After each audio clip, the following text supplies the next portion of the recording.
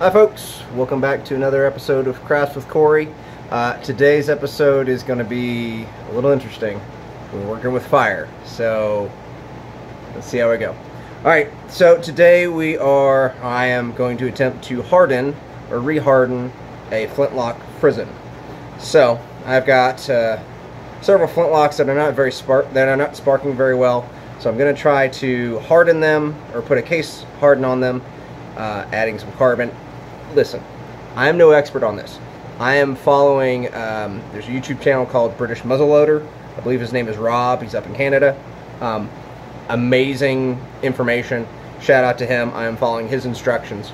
But the point of this is to basically add carbon and harden this frizzen to help make sparks for the flintlocks. If you don't have sparks, you don't have ignition system. So I got to reharden this. This is kind of a cheaper flint, a cheaper frizzen off of a gun from India. Listen, I know, it's fine, whatever. But I'm going to be adding carbon. I'm putting a case hardening on this. I'm going to be using Brownell's surface hardening compound. A lot of people used to use caseonite, but they don't make caseonite anymore. I'm going to be using this. This is a bit older. We got this a while ago, so I'm hoping it still works. It should be fine. Basics of this is using MAP gas.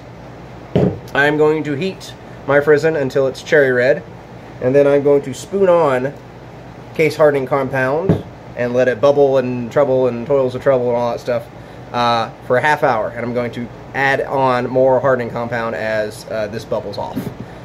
Again, it's going to be a half hour. I'm not going to lie, a little nervous about this because I could screw this up easily and do all sorts of things. I got to regulate the heat. I got to keep watch of the heat. I've not worked with this kind of stuff before, so I'm learning. We'll see. Knock on wood. It'll be fine. Proper safety precautions is going to be a set of safety glasses, a set of gloves, and as always, our handy dandy fire extinguisher, and there's another one on the wall.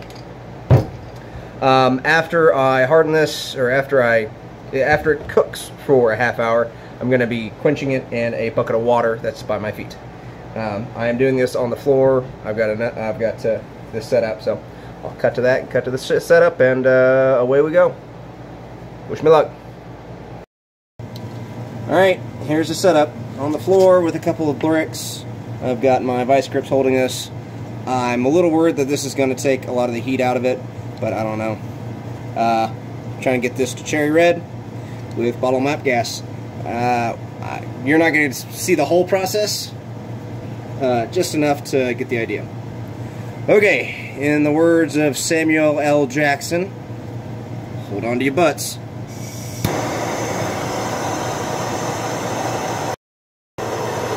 Alright, it looks a lot brighter on camera, but I think that's about as high as I'm going to get it. First in the bed.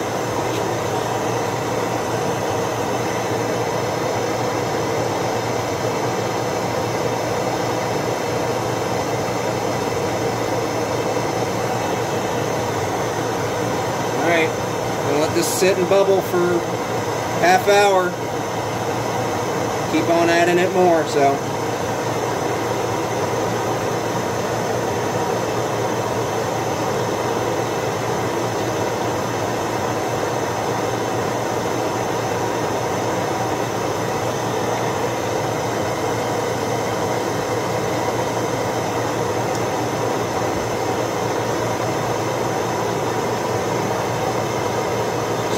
Rinse and repeat.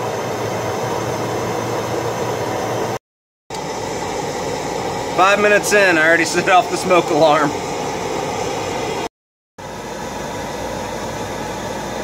Well, 30 minutes and 2 fire alarms later, this is what it looked like. I forgot to mention my setup. So MAP gas is down there. I've got a extra vise that is holding the MAP gas container, or the MAP gas head. And then I've got several bricks, cinder blocks, etc., where I'm laying the vice grips on. I have no idea if this worked or not. We're gonna see.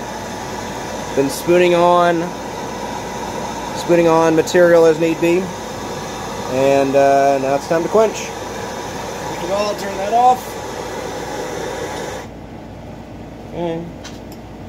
And then making sure away from my face.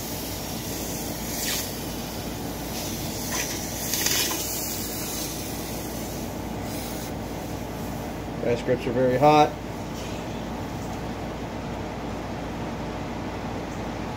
I've heard these things can crack. So we'll see what happened here. Yeah, vice grips are very, very hot.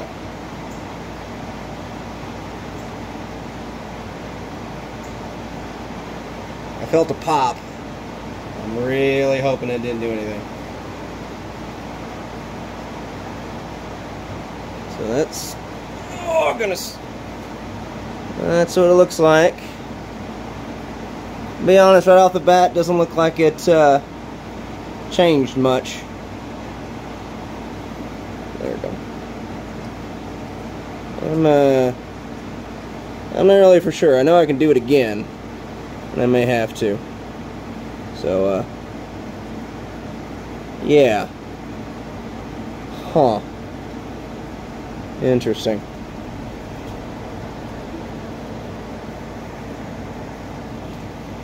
Well, let me grab a rag here. Clean this off.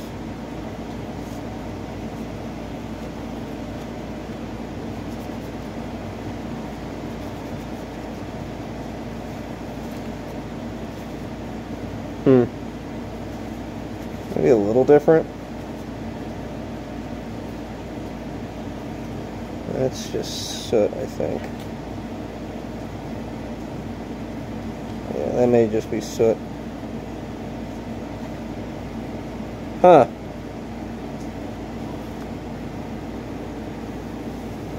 I don't think I cooked it too long.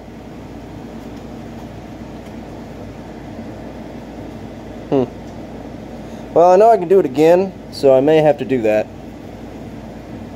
Clean this up and give it another shot.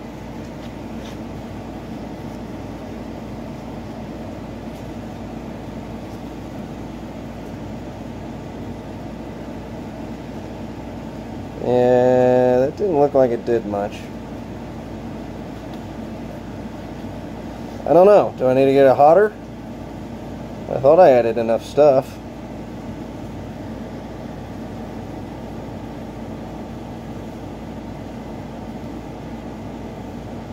Oh well. Give it a shot. If it doesn't spark or doesn't spark well, I'll do it again. I may just do it again just for the heck of it. Alright. Well, that's what it looked like. Okay, quick little just addendum and kind of finishing up on this video. I am going to apply a second coat of hardening to this Frizzen. As you can see, it still scrapes. I'm not happy with this, so I'm going to apply another coat, another round to it. The other thing I found out is you absolutely have to temper your Frizzen shoe, I think it's called. Basically, the part that rides on your Frizzen spring, you have to absolutely temper that. What I was finding is that the Frizzen, the shoe was so hard it was actually digging into the spring, gouging it, and keeping the Frizzen from opening. So, absolutely have to temper that. I guess that's softening it. So, I'm going to give this another try. Hopefully it's a lot better. Yeah, it's gouging. So, hey, learning as I go. Okay, update on the blunderbuss. This is after the Frizzen has been hardened. I just did a string of 4 ignitions, and it worked fine. Let's see if we can go for number 5. And of course, I jinxed myself. There we go. It's not bad.